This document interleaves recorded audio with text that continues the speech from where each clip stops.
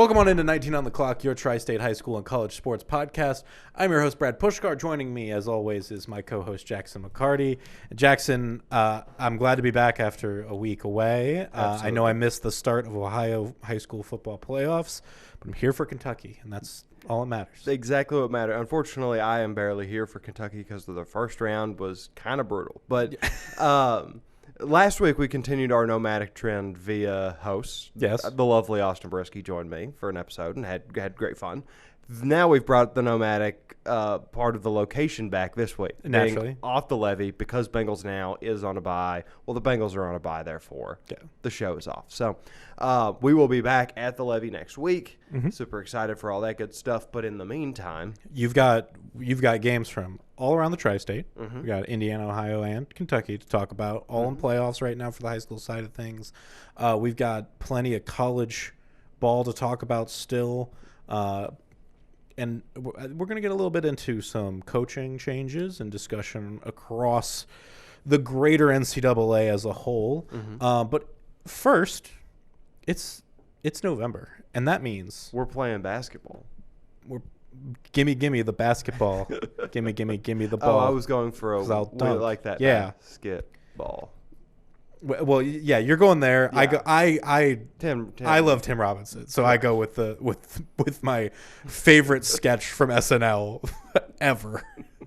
That's high praise. It's the Peyton Manning, because the Peyton Manning one with the Boys and Girls Club. Yeah, because that was like the first one I was ever allowed to watch. That is.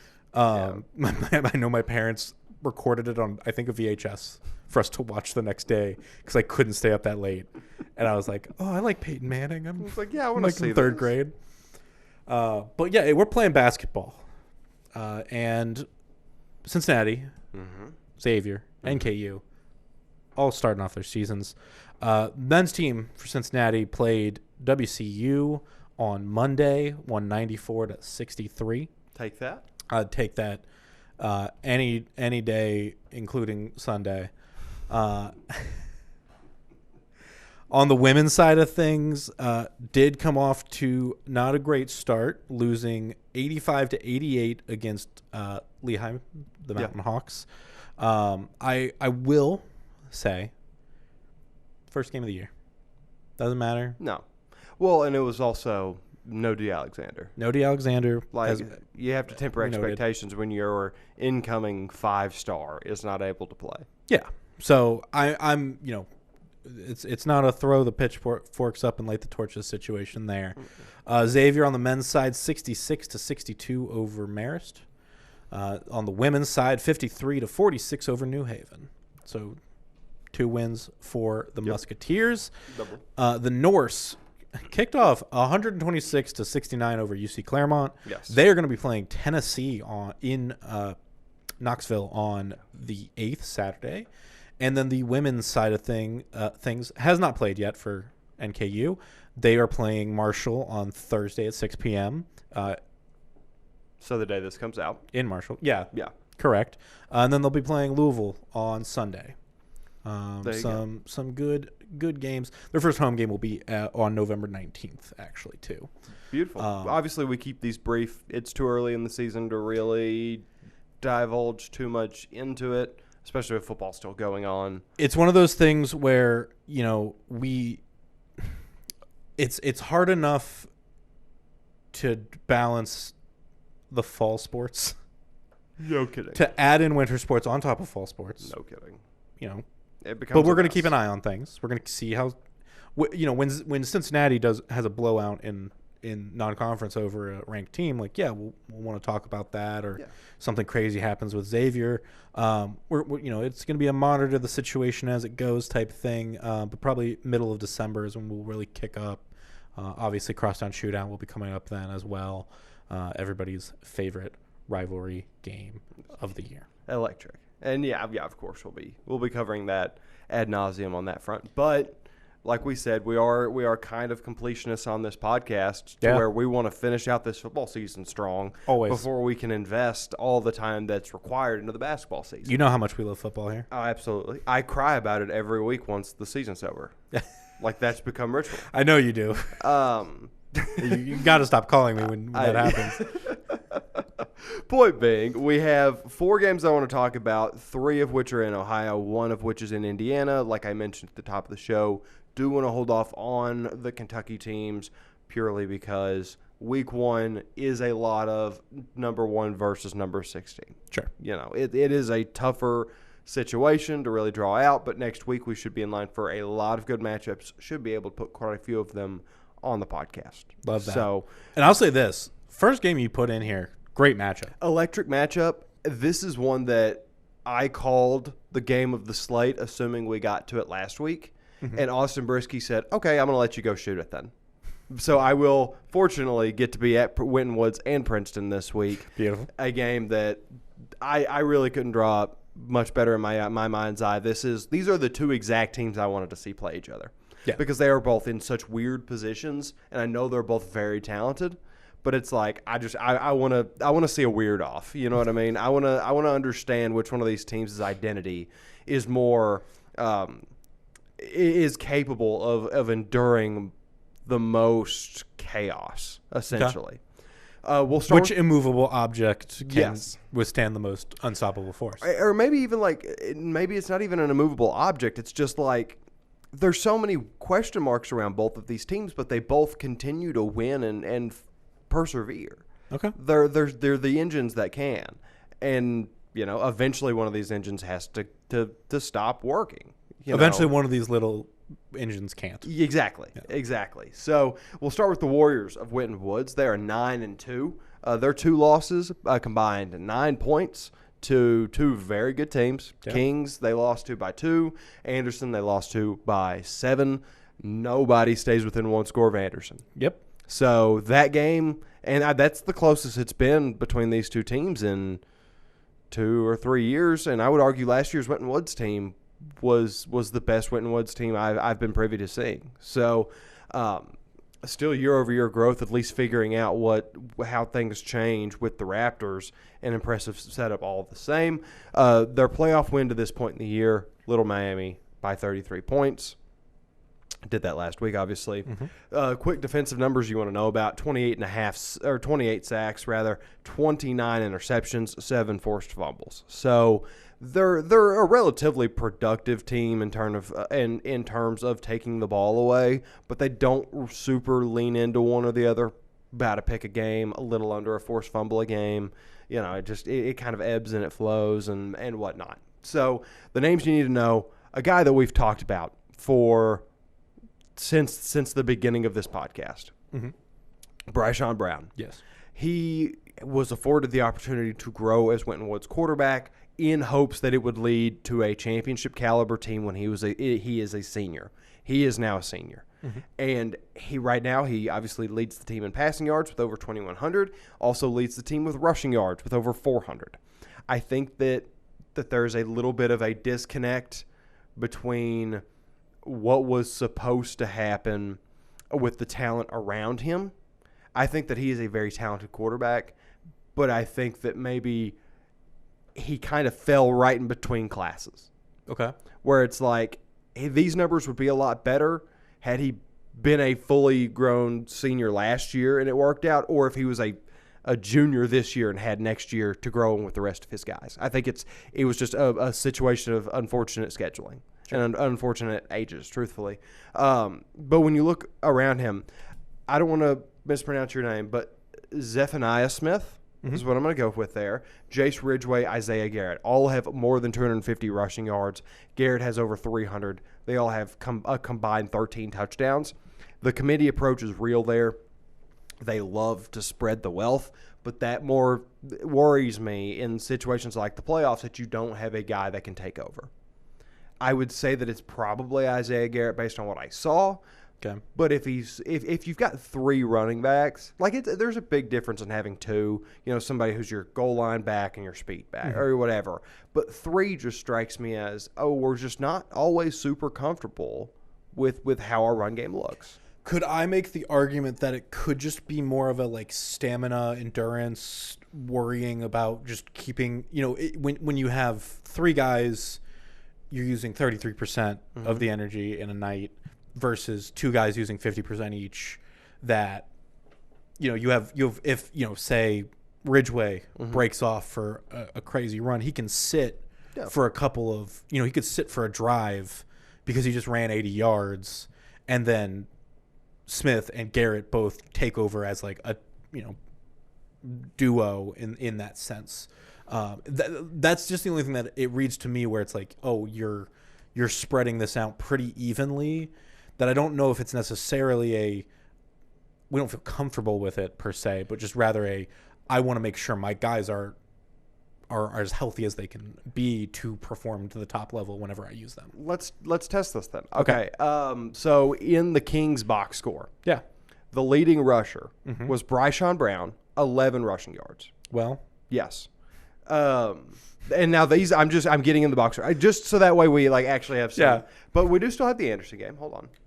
And that was a 37 to 30 point game. So I feel like you're going to have a better chance than 16 to 14. That one feels better. Isaiah Garrett led the way, 84. Okay. Rushing yards, 15 attempts, so 5.6 yards per carry. Next was Bryshawn Brown with 22, and then Jace Ridgeway with 20. So, like, Isaiah Garrett found success. But let's see. I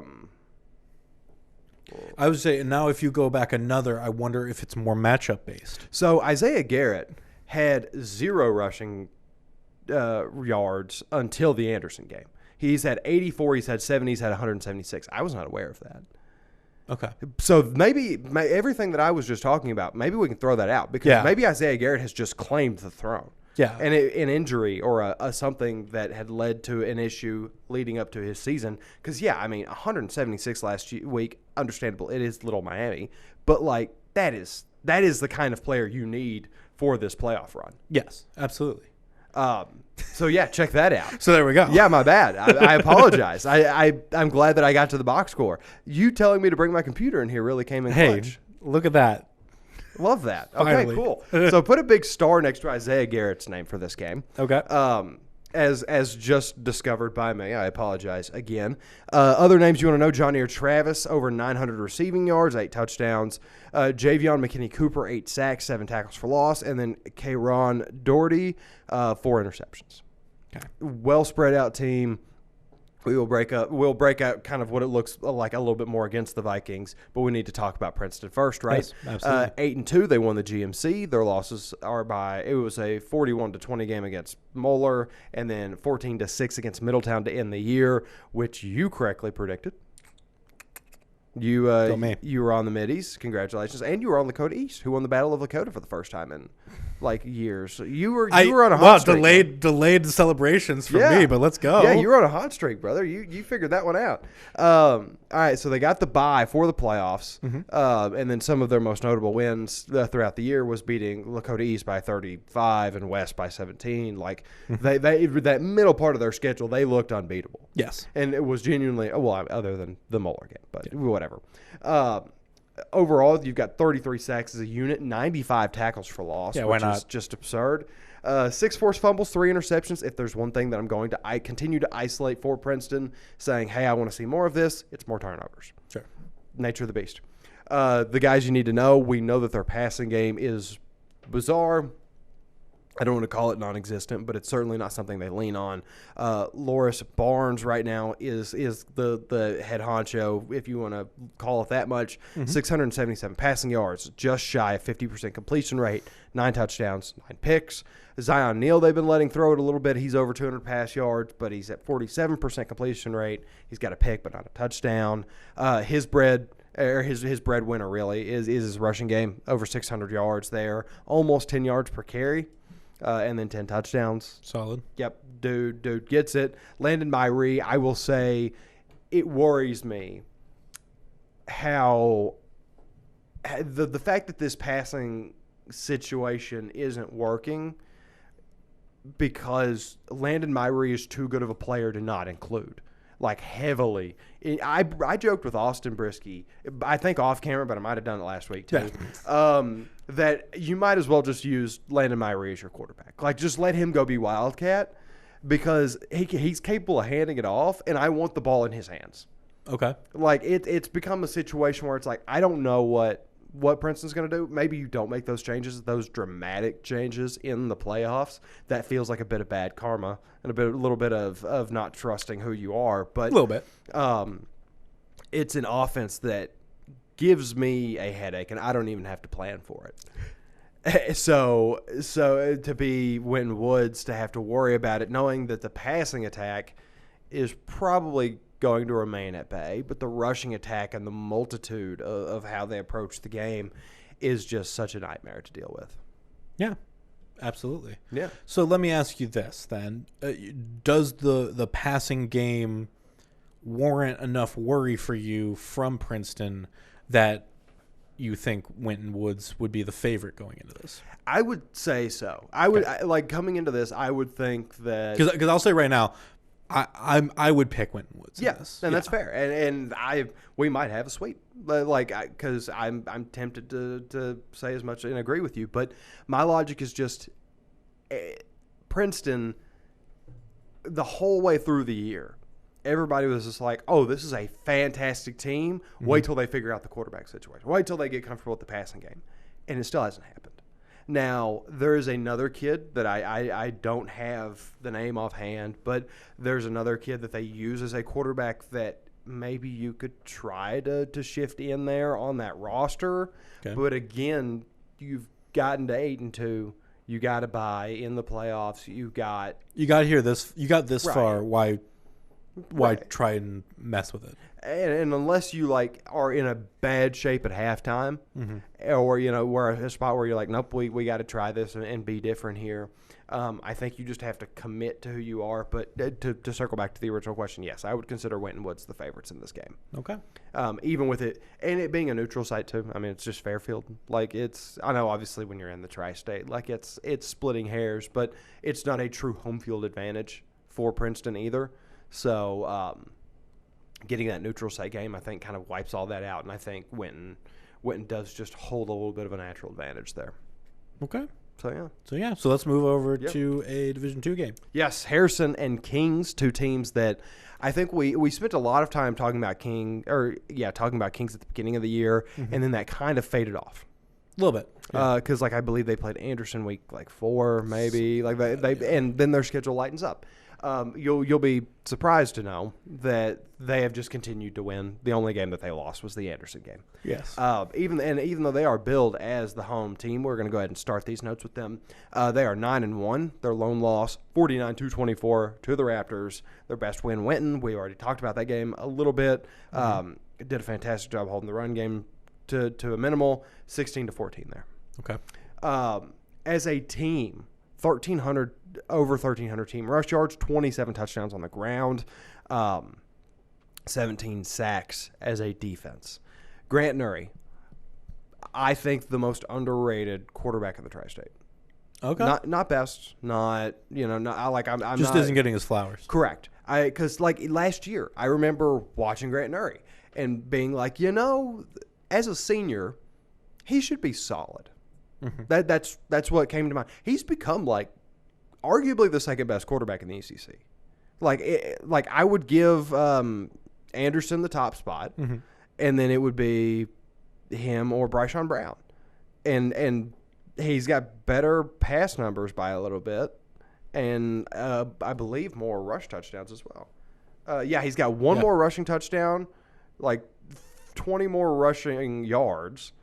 It's very narrow, but he's just got a little bit more on each one. 100 more passing yards. Right. Yeah. So, Grant Nuri almost to the 2,300 mark. Hopefully, assumedly, we'll get to it at this game, 22-82. Just a shade under 64% completion rate, 16 touchdowns, 3 picks, 470 rush yards, 11 touchdowns. Gets it. Runs the offense. The offense runs well. They beat a fantastic defense in Winton Woods. So their primary running back that you'll see them use is Max Lockwood, 600 or just a shade over 600 rushing yards, 5.8 yards per carry. Also has 11 rushing touchdowns. So of the 27 in the class project, 22 coming from the quarterback and running back on the ground. Oh, yeah. Yeah, I mean, they are. But they split it real even, and you've got a lot of dudes who can get in there and mix it up, even though you have a primary guy, right? Andrew Lyman, their main receiver that I think you have to keep eyes on, over 650 receiving yards, 17.3 yards per carry, 5 touchdowns. And then shout out Grady McKelvey, 3 interceptions for this Kings Knights team. For Harrison, a team that we haven't talked about near as much as we have in previous years because it was a season of change for them. They lost Dickie Angle, obviously. They lost Cole Coops. They lost plenty of talent on the defense. They beat Butler 40-7 in round 1. Their losses this year: East Central by 1 point, CHCA by 2 points, St. Francis de Sales up in Columbus by 2 points. 3 losses, 5 points from being undefeated. Yeah. Or I guess 8 points if you want to add the 1 extra that you would need to win. You know what I mean? True, yeah. But yeah, whatever. That was a dumb whatever. Who cares about math, nerd? I would say their best win this year has been Talawanda. Blanking Talawanda, holding Talawanda to 0 points is a feat and something that should be admired. But, Harrison does that to SWAC teams. We saw them do that to Mount Healthy for a couple of years whenever Jameer Spain and them were doing what they were doing. It's just how they roll. A big part of that being the 19 interceptions that they've collected this year. Yes. I mean, that's just shy of 2 per game. Yeah. Like, they stay on top of it. There was a couple names that I mentioned that had graduated. Dickie Angle, Cole Coops. The names that have replaced them, Brady Lawn and Preston Flick, done a pretty good job at this point, and I think that they're going to grow into their roles even more. I think it's also a more true split because Coops was the star man at that point. For sure. I think that there is a bit more of a balanced attack here. Lawn has over 600 passing yards, 63% completion rate, 20 touchdowns, 9 picks, but he'll clean that up. 602 rushing yards, 10 touchdowns. Preston Flick, almost 1,300 rush yards. He's 4 away from that mark. 6.8 yards per carry, which, wildly impressive there. 11 touchdowns. Josh Adelsberger, Christian Rother, over 300 receiving yards each, 14 combined touchdowns. And then Jack Denier, we talk about 19 interceptions. He's got 7 of them, and 1 he returned to the house. It is, I really like the way that Lawton and Flick are kind of splitting, not like just rushing offense, but like total offense. Yeah, where you have about 1650 passing yards, 1,300 rushing yards on Flick, 600 on his own. Like you're spreading out the 3,500 yards of total offense well between the two of them. Absolutely, and the most impressive thing of that is I believe they both have a little bit of age to grow into it. Lawton, so Preston is a senior, Lawton is a junior. Okay. So whoever steps up in Flick's position next year, Lawton will be able to kind of lead it as the passer first. Exactly. And so, that'll be – it's nice how they've managed to make that fall out for Harrison there. So, Brad, who do you want to pick? I think I'm going to go Kings here. Okay. They're valid. Only because I think you're right that they have just been on a bit of a roll and we haven't really put eyes on it for too long. This is one that I could see being very close, though. Absolutely. So this one we'll split. I'm going to take Harrison because I think there's a certain amount of weight that should be put into being a team that's been there. Sure. No offense to Kings, this is about where they usually get in a year. Mm-hmm. Not to say that they're not talented enough to continue doing it, but Harrison has done it. They know what the song and dance looks like. They have built teams year over year that are capable of competing and capable of escaping regionals. So I think that even in the absence of the players that have done it, that were the centerpieces of the offense, I think that mentality still carries over, and I think it still plays a big role here on Friday. Absolutely. Yeah. So now, I'll preface this one that, and again, I think we'll start with the second team that you have listed. Yes. Because you texted me in the middle of us writing our notes yesterday and said, "Hey, I need you to go down and look at the third bullet point on Taft," and this is Taft versus Clinton Massie. I went, huh? Okay, and looked at you down the way in our newsroom, And I went, are you serious? You said, is that real? Yeah. Go ahead and read it for the people. So the Taft Senators are 10-0. Best wins: Withrow by 39, Aiken by 45, Alter by 6 in overtime. Only game within 5 scores. Yep. And notably, that game was in September. Yep. Since then, they have not allowed a touchdown since September 5th. The defense has 8 shutouts, 24 sacks, 109 tackles for loss. Yes. 8 forced fumbles and 12 interceptions. Pretty good. I'll just put my chips down now. I think it's gonna be Taft. I totally get it.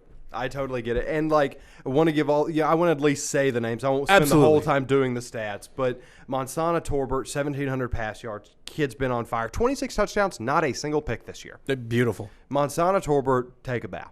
Najee Hill, their leading rusher, and also one of their leading receiver, or actually their leading receiver, 424 rushing yards, 600 receiving yards. Lorenzo McMullen, integral in the passing game. JoJo Pouncey, 27 tackles for loss. Beautiful. Bryce Brewster, 10.5 sacks.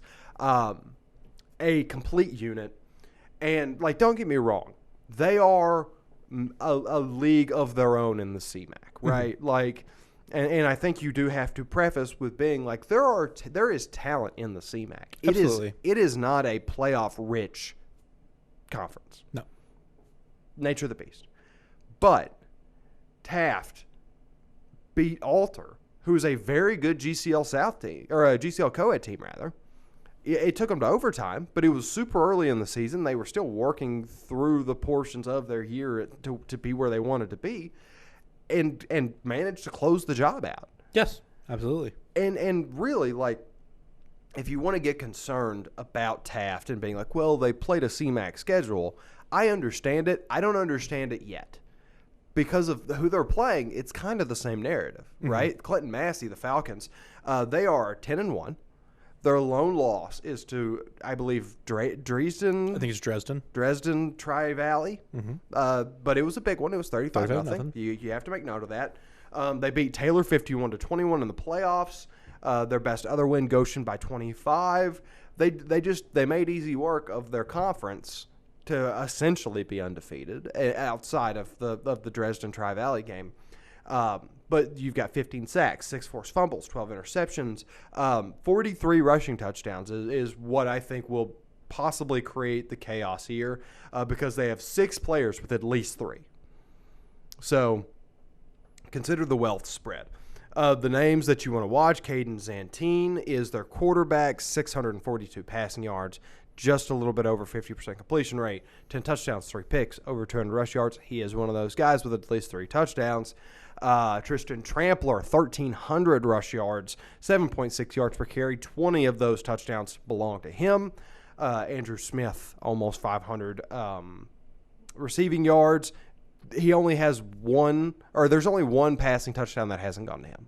Okay, yeah. Yeah, there's 10 passing touchdowns, 9 of which belong to him. And then Ty Martin, 11.5 sacks on that defense. And it's a stat where with Andrew Smith, too, of almost 30 yards per catch. Yes. Where I'm like, okay, I'm imagining that's a lot of yak. Breaking a defender and then just being able to get downfield or things like that. So absolutely, I don't think that they air this ball out very often. I think it's you just give it to your playmaker and let them do what they're going to do. Well, and there's only 145 passing yards left over that don't go to him either. Correct. So, yeah, I mean, like I said, I'm picking Taft. I in my mind, Tristan Trampler is being targeted by the line and linebackers as like, they're going in with the controller, they're marking him and being like everybody on him. Absolutely. They're doing run middle on the where you can do the predictive play. Yes, and if Zantine does hold on to it long enough to pass, I would be worried. I would be worried that the defensive linebackers are getting in to sack him because that's what they've done. Yeah, 24 sacks this year. They're a ruthless team. And again, we have not been able to cover Taft to the level. I believe we got to talk about. I think we did their Aiken game. Yeah, and was like, this is probably going to be the best game on their schedule post Alter. And because I don't even think we talked about them at Alter. Yeah. The game that we thought was going to be their best game on their schedule was a 45-point difference. Yeah. I believe it was 45-0. Yeah. Well, it had to be because they haven't allowed any points. Yes. Yeah. God, yeah, give me the Senators. Come on. Right. We don't have to pretend there. But it is worth mentioning because Clinton Massie. Absolutely. Great season. But, Taft looks like a buzzsaw. Prove us wrong. Let's close out in Indiana. Absolutely. And this is one that we get a little bit more limited on the resources we have, but we do have some numbers. Lawrenceburg versus Greensburg. We've got them and EC remaining, Lawrenceburg and EC remaining. But I wanted to focus on the Tigers first. Sure. Just, why not? Let's see how they're doing. They are 9-1. They beat Franklin County 48-27 in their first playoff game. Their lone loss was to East Central. This game has happened already this season. It ended 62-7 in favor of Lawrenceburg. Okay. So there is a bar that needs to be met on both sides. There is precedent. Correct. So the names you want to know, Crew Gilmore. I really just wanted to set up these guys as we move forward into the season. Crew Gilmore, over 1,600 passing yards, 72.6% completion rate. That's beautiful. Take that every day. 22 touchdowns, 2 picks. And I'll take that ratio too. 100%. And another 500 rushing yards. Yeah, why not? Just because he's got it like that. Oh no, my steak's too juicy. My potatoes are too buttery. Yeah, exactly. Isaiah Williams, over 880 rushing yards. What a weirdly specific number for me to say there. 11.6 yards per carry, 11 touchdowns. He's also got 5 interceptions as a defender. Yeah, why not? Yeah, he gets it. And, out in Lawrenceburg, they play 2 ways. Yeah. And they play aggressive both ways. They are talented. As football players should. Correct. That is, especially if you're not at a private school, where it's hey, we're recruiting basically. Yeah. Yeah. Come on. It teaches you grit. It teaches you character. Yeah. And honestly, it makes you a better recruit because you're showing a willingness to be part of the team. Whatever. Absolutely. Keaton McGrath, last name I want to mention, just a shade under 800 receiving yards, 18.5 yards per carry, 13 touchdowns. Mm-hmm. They are playing the Greensburg Pirates, as mentioned. Greensburg lost by 50. 61. Or no, you wrote that wrong. 55. 62-7. Yeah. And then it was 61-0 to East Central. EC. That's I'm looking at the wrong team. I just didn't put the same note down. That's my bad. But I will say they're on a little bit of a heater in the playoffs. They beat Purdue Poly Englewood. Mm-hmm. You're making a face. It's a technical school. Don't respectfully. Yeah. Don't think that they have football players. Yeah, no, probably not. And South Dearborn, a team that has been beaten up in our region before. Yes. They beat them by 9. So, I'm not going – but, you build up a certain level of confidence. And to go from 2-7 to 4-7 and still be in the playoffs, I think does something to the morale of the team. Do I think it's going to be enough to win? No. But, so there's a storyline there at least. For sure. 11 interceptions on 11 games logged. Levi Muckerhide is their quarterback, over 650 pass yards, 5 touchdowns but 8 picks. 445 rushing yards, 9 touchdowns there. Austin Cruz, 750-ish rushing yards. Ethan Bishop, 3 picks. Lawrenceburg. Cool. Great. Just wanted to make sure because I couldn't just do all Ohio when all 3 teams are going. No, when all 3 not. states are going. Yeah. And, again, we will spend a lot of time in Kentucky, not just next week, but moving forward. For sure. But Kentucky is excluded this week. Kentucky's excluded. It's first rounds. It's a lot of very clear who is likely to it's the 95-5 correct type thing. Correct. It happens sometimes. Yeah, it's fine. It is what it is. But before we move off to the college realm, I'll make you a graphic, and so we can flash it up on the screen here. Yeah. The notable other games that I want to make sure you guys are aware are happening this week: Lakota East and St. X, a first-time ever matchup. Wow. Okay. Yeah. Weird, right? Yeah. At least that's what Twitter told me. Don't if that's wrong. Don't sue. Lakota West and Moeller. That's fascinating too. Where it's just both of those. Yeah, it's I don't know how that would have even been avoided, but I guess really Princeton's the main one that they play from the GMC. Yeah, whatever. Lebanon and Middletown, an interesting game there. Alter Baden, we get a rematch that I will also be on the sideline for. True. I believe I've been there for both of those, and then Fairfield and Elder. rounding out the other 5 that I want to make sure you know about. I'll be really honest; those are all great games. Yeah, it's a shame that I have to limit you to time so that we can post this online. Oh yeah, that we have to limit this for posting online and so that we can like actually talk about college football, because like we are a dual podcast, and like your season does not end just because mine gets in the thick of it, right? Yeah. It's like me being like, no, we can't talk about bowl games because I've got basketball. Yeah, you know what I mean? It's like. Well, the nice thing is, at least with bowl games, is that we're like, hey, is it one of the 5 teams that we normally cover? Okay, then we won't really talk about it. Exactly. But you know, it is the most wonderful time of the year. It is. Maction's back, baby. Yes. Midweek Maction, and Miami was one of the first teams to return on Tuesday. Mm-hmm. Tuesday night, they played Ohio in Athens. 24-20 Bobcats over the Redhawks. Now, I will say this. As a game Miami probably wanted to win, they did not. I don't think they needed to. No. But the Bobcats are a quality enough team. Absolutely. Bobcats could likely be, you know, if Miami wins out from here, it would likely be the Bobcats that they would play in the MAC championship. Yeah. But that only means to me that now they need to win the games moving on to the championship. Next game is Toledo, November 12th. Ooh. There's a current 4-way tie for first between Buffalo, Western Michigan, Ohio, and Miami, because they're all one loss in the MAC. It's one of those ones where I don't want to play any cards right now. Like, I don't want to be like, yeah, Miami's still good to go for the championship. Yeah. Being that close against Ohio, a good Ohio team, I think Parker Navarro is a really good quarterback. This is that stretch that Chuck Martin mentioned at the start of the year of like, ooh, I don't like that. Yeah, and nor should he. Like he's blessed us with being a very aware coach. And I think that he's realized that maybe this year isn't Miami's, but it's still not going to be bad enough for it to be a uprising situation. Like I think absolutely not. I think that 7-5, 8-4 is still very much in play here. Yeah. Yeah. Well, and I think it's because it's Toledo. Yes. It's Buffalo. Yes. Ball State. Yes. I think free win on Ball State. Respect all my Cardinals. Toledo is the hard question mark. Buffalo is a soft question mark. Yes. Because you're going up to New York. It's in the middle of November. It's going to be cold.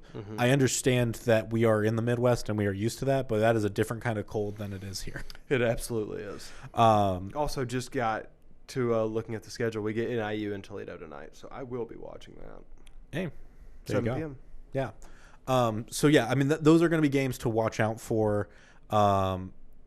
I think Toledo's not in that tie for first right now. They're still in the race for a spot in the championship. Is the thing. Yes. So it'll be it's Maction. It's MAC. It's the MAC football. What more could you ask for? Lock in. It's Maction. And so speaking of teams that play at the level of the MAC, it's okay. This is my alma mater. I'm allowed to say this. Ohio State is heading to West Lafayette to play the Purdue Boilermakers. This is a 1 p.m. game on Saturday. One of those things that always throw me off where I'm like, what do you mean? Games are at noon, 3:30, and 7:30. Stop this. It's like, what weird time zone did I just get moved to? Yeah. Like out in the middle of the Atlantic Ocean. It's just only because you mentioned that. Let me tell you, because I went to Portland, Oregon. Did they forget the time change for last week? No, still not that. I think I'll be real. I think it's because it's on Peacock. But when I flew out to Oregon, that 3-hour time difference, Saturday game starting at 9, ending at like 7. Yeah, that's really nice. No, it's not. I'm not gonna lie. No, it's not. That's too early to start football. Well, I say that I am not waking up at 8 a.m. to watch game day. Is the problem? That's fair. That's fair, and I'm not saying that, but I'm saying like, it's like 10 o'clock. I'm like, there's a game on. I can just watch a game. Great. But I like my prep work. Like, I like to wake up. You like those slow lead up, everything too. I like to wake up, which like I wake up before 10 a.m. Yeah. But like I like to be able to like put game day on for 2 hours. Have it play in the background. Yeah, or vacuum a little bit. Big noon kickoff, whatever you prefer. Sure. You get comfortable. You hang out. We are and a Fox then station, it starts. so Yeah, good no, save. my bad on that one. Hey, check out Dave Portnoy on Big Noon Kickoff. It is actually like really good stuff. But either way, it's whatever. All that to say, I think that Central Time you could talk me into. Oh yeah. The far west coast Pacific Time you can't. When I lived in Texas, that was the best time. Yes, that was very good. I've lived in Mountain Time Zone and I loved it. Yeah. So either way. Why are you doing this to distract from talking about Purdue? Yeah. So Michigan beat Purdue 21-16 last week. Yes. Do not get it twisted. Yes. That does not mean that Purdue, like as much as we keep being like, hey, Ohio State may have issues with Michigan again this year because that's how this works. It's a head game. Right. That does not mean that Purdue is at the level or near the level of Michigan. No. It was just a bad game. It was Michigan falling right. to their level or meeting in the middle somewhere. It was Bryce Underwood looking like a freshman. Yes. And you know who doesn't look like a freshman? It's Julian Sayin. True. 'Cause he's nuts still. He's just, I think that you can get away with doing a lot less as an Ohio State quarterback inherently. Sure. Absolutely. That does not mean the talent is not there. No. I don't think he's a Heisman candidate, personally, but I think that he is a good quarterback. I think, and I don't want to discredit who he is. I think the natural problem is that because there were so low expectations for him going into this year, that he has risen above them, that people are like, Heisman candidate. Correct. When I do think it is a piece of that, you have some of the best wide receivers. Like, you have multiple best wide receivers on your team. Carnell Tate is the one on, like, all but 3 other rosters. Yes. Yes, exactly. Carnell Tate is the man. It's like how T. Higgins would be a number one on half of the rest of the NFL. Yes. But yeah, and so the thing that Sayin does is that I think he has a good eye and has a solid arm. Mm-hmm. Like, he is able to read the field well enough that then it kind of makes up for if the throw is a little bit off. He is giving his receiver, like, he's going to the receiver who has enough space that is like, oh yeah, I can hesitate or whatever and accommodate for that, which is still an important skill if you're not throwing perfect darts every single time. Yeah. Purdue did lose their running back, Devin Mockabee, had an ankle injury, went to surgery. He has. I want to give him a little bit of a shout out just because he stuck with the team for all 4 years, has become a bit of a fan favorite, and it is a little heartbreaking to have him end his season like that. But at the same time, this is not going to be like the 2018 game where, because Purdue has 5 wins over Ohio State, all of them in West Lafayette, also over the course of like 50 years or whatever. It's not Purdue's not going to win. It's going to be Ohio State. I didn't look at the spread. I'm a little scared too. I wouldn't. But I would imagine it's in the 20s. Yeah. So. Yeah. I'm with you. This is just another game on Ohio State's schedule as they wait to play Michigan. Yeah. Exactly. And then let's move over to the SEC from there. Florida coming up to Lexington. Gators in Lexington.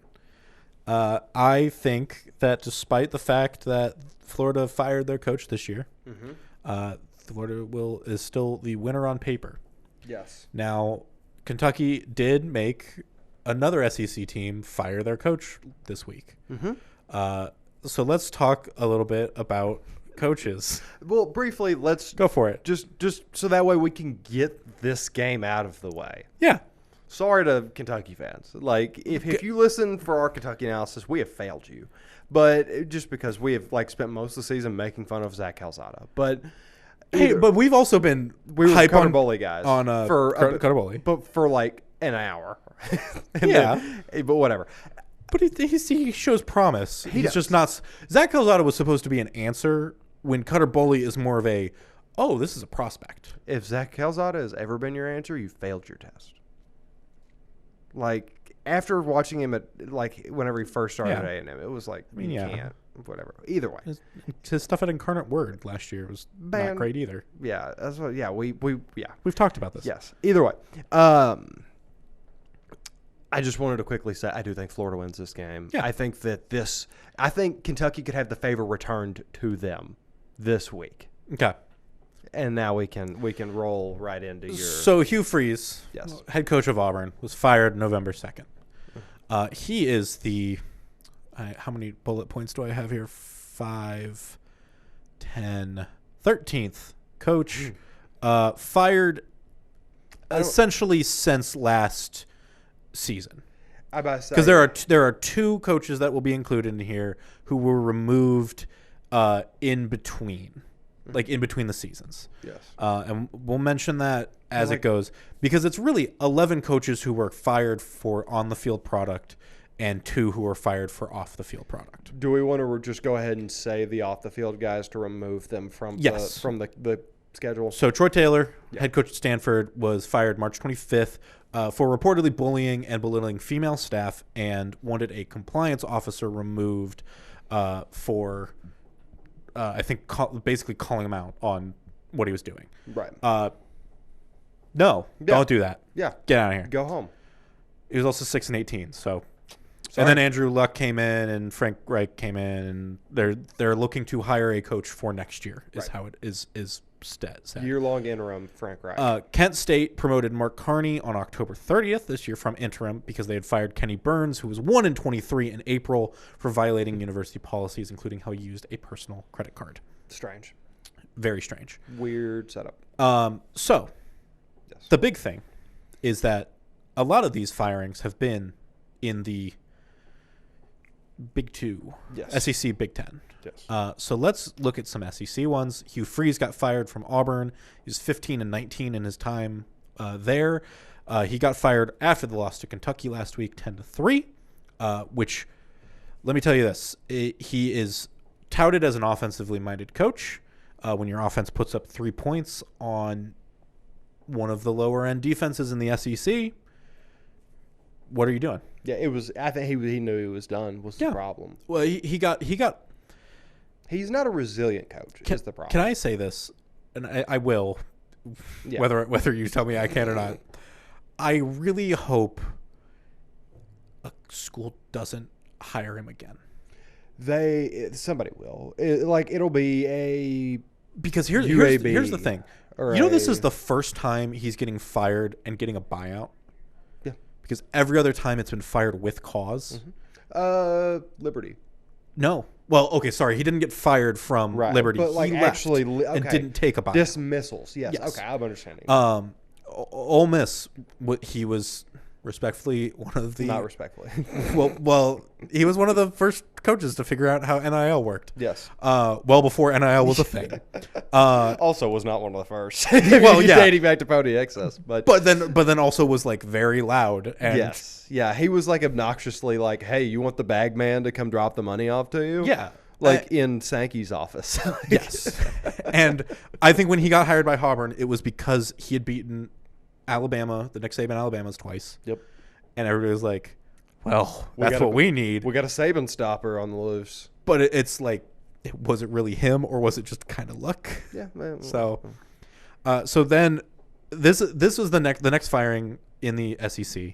It's Brian Kelly. The funniest one. At LSU. If we would have been doing this podcast back when he got hired, I would have burned an episode talking about this. Oh, well, the great thing is that we can burn an episode talking about this because he, of course, was the UC football coach back in the mid-2000s and brought the Bearcats to, I believe it was an undefeated season up until the bowl. I believe so. It was it was that start of UC football can really contend again. It was prominence that hasn't been seen. And then he left early to go to Notre Dame, and every single UC fan went, screw that guy. Yep. And then he left Notre Dame to go to LSU, and all the Notre Dame fans went, screw that guy. Screw that guy. Which is, and now all the LSU fans are like, yo, thank goodness he's gone. A lot of the Notre Dame fans even were like, no, like, yeah, we needed him gone. because like we were just kind of spinning our wheels. It's just kind of the same thing as like what OU has or was with Lincoln. Where they were like, okay, well, we know we'll win 9, 10 games. I guess James Franklin with Penn State might fit it too. But it's like, a little like it's he's just because I have James Franklin down here. Yeah. Brian Kelly was 34-14 at LSU. Yeah. James Franklin was 104-45. Yes. Now, obviously, that's like the first 2 years where he's rebuilding after all of the Paterno he had sanctions and things like that. Yes, but Bill O'Brien had got them off to a better start. So I don't like that was a better inherited sanction team than like a Josh Heupel at Tennessee, for example. Fair, absolutely fair. That's all I want to point out. I think there was still a little bit of that. Like, absolutely. You just got to get those. You got to get things cooking again. For sure. Yeah. But yes, I do agree with you. And it's just that every single time, the problem with Kelly was that he wouldn't take. Joe Sloan. He wouldn't get rid of Joe Sloan. Well, he wouldn't. Yeah, but it wouldn't. He wouldn't put it on himself in a way. Oh well, yeah, but that's it was been just Brian like Kelly's thing for years. Yes, and it's another one of those things where like it's him and Hugh Freeze both. Where I'm just like they're gonna go to another school, and I'm just gonna be like, why? Brian You've Kelly's seen all like you see how this happens and what it does to like culture. Mm-hmm. What like just because you can go 34-14, why? Brian Kelly's gonna get a Rutgers or a job like that. And then he'll be fine, and that'll be the end of his days. Yeah. I could see it in a Big 12 program somewhere. Yeah. Actually. Kansas. Yeah. Do the Les Miles thing. If something moves around there. Billy Napier was fired from Florida, 22-23. Thought he was going to be gone a year and a half ago. Yeah, and it was kind of one of those things where he just kept winning games right when people were like, well, he's not going to win this one, and we can fire him after that. And then you were like, oh, crap. I like how he did win the Mississippi State game. They were like, listen, you got to stop. Yeah. And then they just go. Sam Pittman fired from Arkansas, 32-34. That was back in September. Mike Gundy fired from Oklahoma State, 170-90. Sean Foster at UCLA, 5-10. Brent Pry, Virginia Tech, 16-24. All of this to really say, as we go to Trent Bray at Oregon State, who was 5-14. Jay Norvell at Colorado State, who was 18-26, and Trent Dilfer at UAB, who was 9-21. Mm-hmm. The thing about all of these is just that it's finally coaches that I feel like who have been middling to under are finally being cut. Jay Norvell still being a head coach up like into this year surprised me. Trent Bray was in the midst of his second year, so I don't want to give that to him. Trent Dilfer still being there blew my mind because of how poorly those first 2 years went. Mm-hmm. So, yeah, it's just kind of – I think that a lot of people are coming to realize that because of how many head coaches up top are being fired, this is the great year to go ahead and be down on the totem pole because people are going to start falling through. Yes. Like if you – for example, why doesn't UAB go and get Billy Napier? Like, it's worked at that level. Yes. I don't think Billy Napier's a bad dude. That's actually, like, that's a good hire. I could see, James Franklin going to an Auburn. I think Arkansas or Virginia Tech are like the perfect spots for him where it's like low expectations. True. Actually, Arkansas would be really good for him. Yes, it would. Because I think you have a good. It's very Vandy-esque like he had whenever he was there. Yeah. They're not as great as investing in the football program, but if you get James Franklin, they will invest in the football program. Absolutely. It's like Calipari. Their AD had to like rally fan funds to put the slobber and hog at half court, and then they got Calipari, and they're like, we got money. Yeah. All it takes is the proper guy. Absolutely. And so Mark Stoops, yes. Do you want to guess his record so far with Kentucky? Is he above 500? No. I don't know. He's 70-78. And that is 36-62 in the SEC. Now, I know at the end of the day, in the SEC, there are half the schools expect to be above 500 in conference. All of them expect to be above 500 in conference. Well, yeah, I mean, like I think there was a period where like Vandy was like, we gotta be top of the bottom. Arkansas doesn't expect it at this point. Arkansas doesn't. Auburn, Mississippi State. Mississippi State doesn't, but they might. Well, no, never mind. They're not getting above 500 in conference. No, well, and then it's just one of those things where it's like there's so many teams in there now. You have such a top end of things like Texas A&M. You have the oil money there. You've got Oklahoma even. You've got You have the Alabamas, the historical Auburns. Like Auburn has always wanted to be the team that beats Alabama every 2 years. Yeah, they want to be the one. They want to win every year, obviously, but they want to be like, oh, it's been 3 years, we're due. Right. And Hugh Freeze wasn't going to get them there. I think Kentucky fans are pretty satisfied with a bowl game each year, an 8-4 bowl game type thing. I don't see him getting them there, right now. And you gotta freshen something up at some point. And you need to empty that out before John Summerall leaves, because that is the best thing that you can have come across your desk. Former UK football player, you need to get that office cleaned out before Auburn gets him, because if Auburn gets him, he's not going to move down. No. And you have to try to leverage your goodwill with him right now and capitalize on that. And Mark Stoops holding that office is not helping you long term or short. Nope. So we'll see what happens on Sunday or Monday. I'd circle Sunday on Atlanta Lexington. I think if Florida wins, especially by more than a touchdown. I think if Florida 21-7 or something like that. Yeah. I think that yeah. Go ahead. Last one, ACC matchup. Say the name. Say the California name. is heading to Louisville. You know better than that. Jaron Kiwi Sagapulitelli. Yes. JKS. The quarterback for Cal. Pretty solid this year. I don't think he gets through Louisville's defense. No. Well, and he's also had weird games. I think San Diego State held them 30-0. Yeah. California is just, they know how to party, but they don't know how to be consistent. Okay. Yeah, man. Do you like that? Yeah.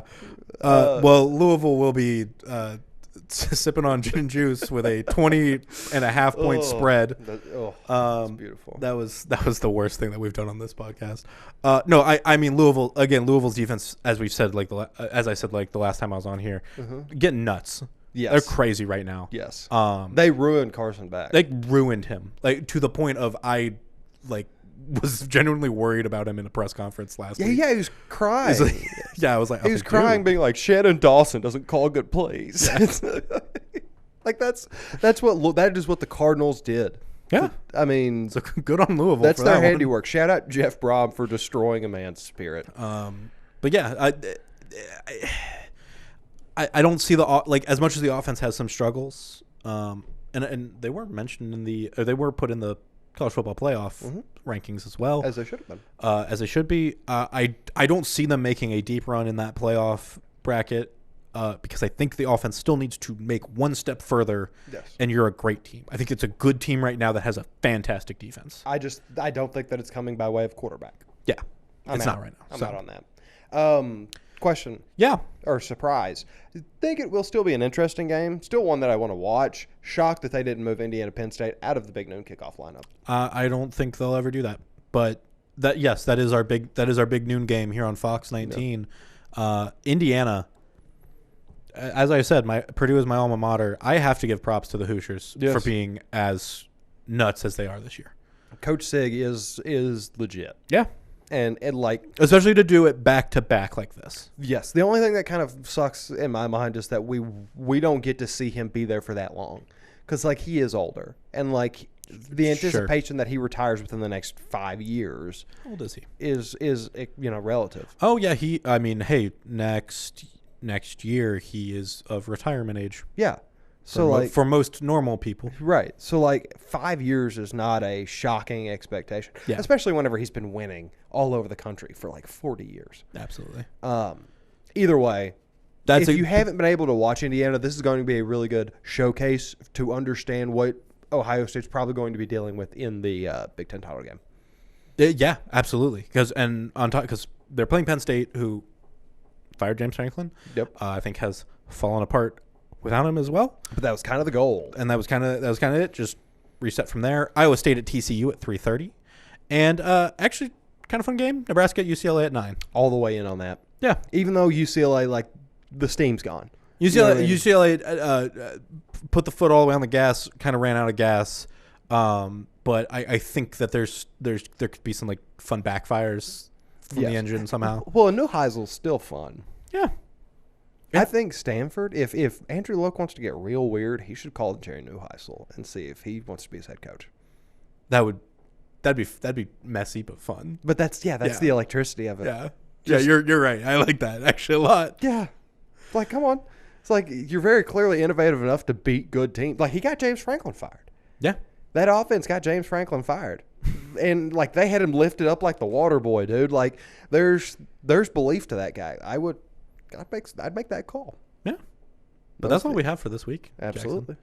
So, again, a great lineup on Saturday to check out. Yes. And if you love what you are listening to or watching here, remember to subscribe to the Fox 19 Sports feed on your favorite podcast app. You get us on Thursdays. You get Gold Standard on Fridays with Joe Danneman and Charlie Goldsmith, talking all things Reds, Bengals, FC, all that fun stuff. And then you get Offsides with Gabby Sorrentino on Mondays. I think she's been taking a little bit of break, but we'll come back soon. Yep. And, of course, not this week, but every other week, Bengals Now will be on air and online. Wednesdays at 6 p.m., free to attend at the Levee of Newport. And you can catch us out there before and say hi. Yeah. But, yeah, that's all that we have for this week. We will see you guys next time. Have a good one.